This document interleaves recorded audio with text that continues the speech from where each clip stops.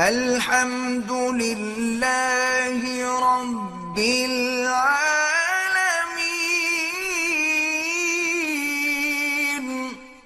زندگی میں کوئی کام کرو رکاوٹ آ جاتی ہے، استغفار پڑھا کرو، لا حول پڑھا کرو۔ صفا مروہ کرنے کے جب جاتے گنبد بنا ہوا ہے، گنبد پہ کی دعا لکھی ہوئی ہے، وہ مانگ سکتے ہیں، مانگ سکتے ہیں۔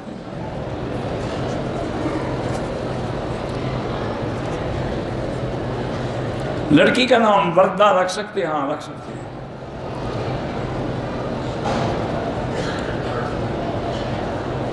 اگر دل میں نیت کرے کہ میرے پاس دولت ہوتی تو میں بھی مسجد میں لگا دیتی، تو نیت کا بھی ثواب ملے گا۔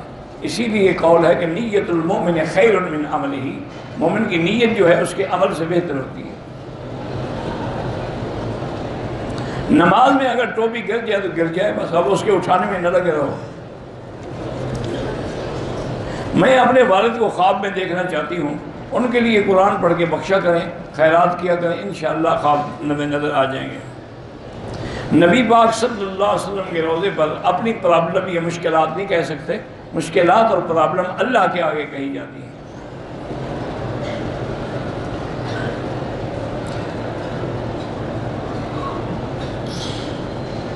بہرحال دوست کی شادی نہیں ہو رہی، اللہ پاک مشکلات حل کرے۔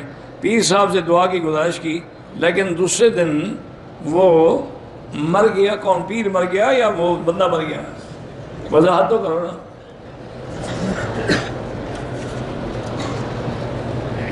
ہم کوئی وظیفہ پڑھنا شروع کریں تو پابندی نہیں ہوتی، کوشش کرو بس، باقی اللہ چاہیں گے تو پڑھا جائے گا نا۔ اگر اللہ ہی نہ پڑھنے دے تو کون پڑھ سکتا ہے؟ اگر اللہ ہمیں توفیق نہ دے تو کوئی آدمی پڑھ سکتا ہے؟ سوال ہی پیدا نہیں ہوتا۔ یہ لب بھی نہیں ہل سکتے جب تک اللہ نہ چاہے۔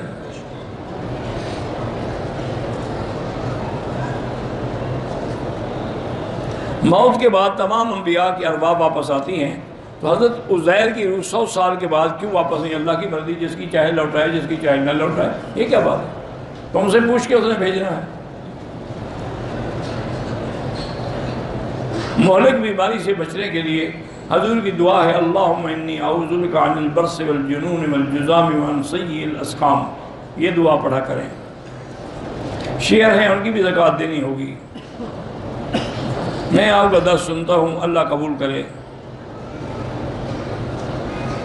ہمارے علاقے میں عالمہ عورتیں سپیکر پر بیان کرتی ہیں، وہ اگر سپیکر اتنا محدود ہو کہ گھر میں صرف عورتوں کو سنائی دے پھر تو جائز ہے، اگر غیر باہر آواز جاتی ہے وہ منع ہے۔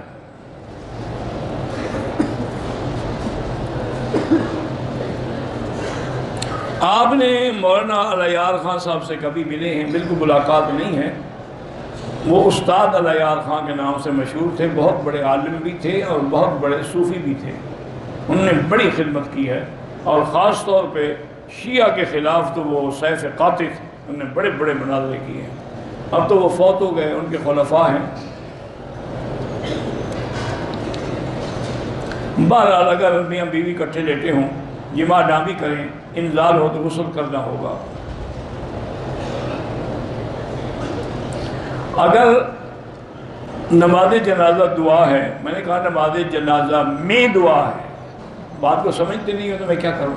بہرحال حنفی مسلک میں تو یہ جنازہ نماز نہیں دعا ہے، کیونکہ اگر نماز ہو تو پھر رکوع سجود بھی تو ہونا۔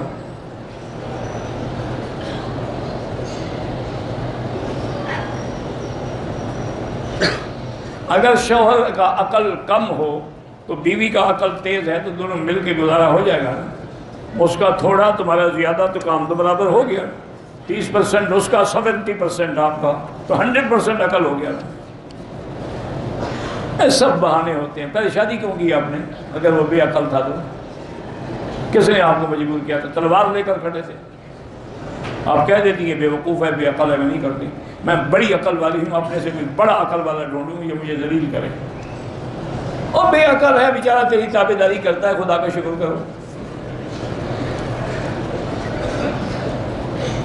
شوہر اگر بیوی کو طلاق نہ دے، ہاں بالکل عدالت اس کو اگر خلو کرو گے تو مجبور کر سکتی ہے۔ میں دل سے اللہ سے محبت کرتی ہوں، یہی محبت ہی انشاءاللہ نجات کا ذریعہ بنے گی۔ باقی اگر دل میں دماغ میں گندی باتیں آتی ہیں تو لا حول پڑھا کرو۔ گناہوں سے بچنے کے لیے یہی ہے کہ لا حول پڑھا کرو اور اچھی صحبت رکھو. صحبت بگڑے گی تو عمل بگڑ جائے. عورتوں کے لیے سجدے کا طریقہ یہ ہے کہ بدن زمین سے لگا ہو.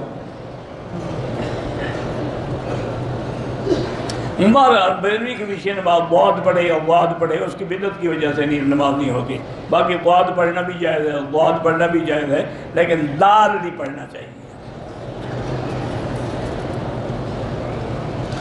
شہد اتارنے کا وظیفہ ہے، کوئی وظیفہ نہیں، اللہ کو پتہ ہے، مجھے تو نہیں آتا. ہم اپنا نام ابو طالب رکھ سکتے ہیں. ابو طالب ویسے نام نہیں ہے تو کنیت ہے. ابو یا ابی یہ کنیت ہوتی ہے، نام ہوتا ہی نہیں. تم صرف طالب رکھ لو نا. ابو طالب تم کہتے ہو، تم طالب کے باپ ہو. کچھ لوگ کہتے ہیں کہ عرب قرآن کا احترام نہیں کرتے. عرب قرآن پہ عمل کرتے ہیں، تم صرف احترام کرتے ہو. یہی فرق ہے. تم چومتے چاٹتے زیادہ ہو لیکن عمل نہیں کرتے. وہ چومتے تو نہیں ہیں لیکن عمل کرتے ہیں. بعض اماموں کی داڑھی نہیں ہوتی، ان کے پیچھے نماز نہ پڑھا کریں. 8 دن مکے میں، 14 دن مدینے میں نماز قصر پڑھیں گے.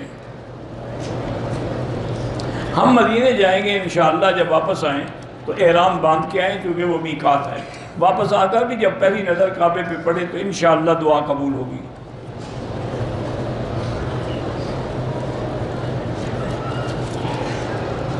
اگر گھر کرائے پہ لگا ہوا ہے تو اس کی جو آمدنی آتی ہے اس پہ زکوٰۃ ہوگی.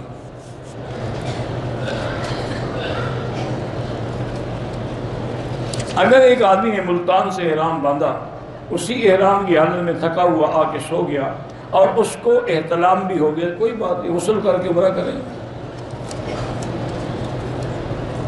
جو لوگ زندہ ہیں ان کے لیے آپ خود طواف کریں اور ان کے لیے دعا کریں. احرام کی حالت میں دانتوں کو گھسا ہے، کوئی بات نہیں. اللہ مسلمانوں کے حال پہ رحم فرمائیں. یہ پتہ نہیں کیا ہے، مجھے تو نہیں پتہ. قرآن پاک میں جہاں وقف کی علامت ہے بالکل کرنا چاہیے. اگر آپ نہیں کریں گے تو معنی بگڑ جائے گا.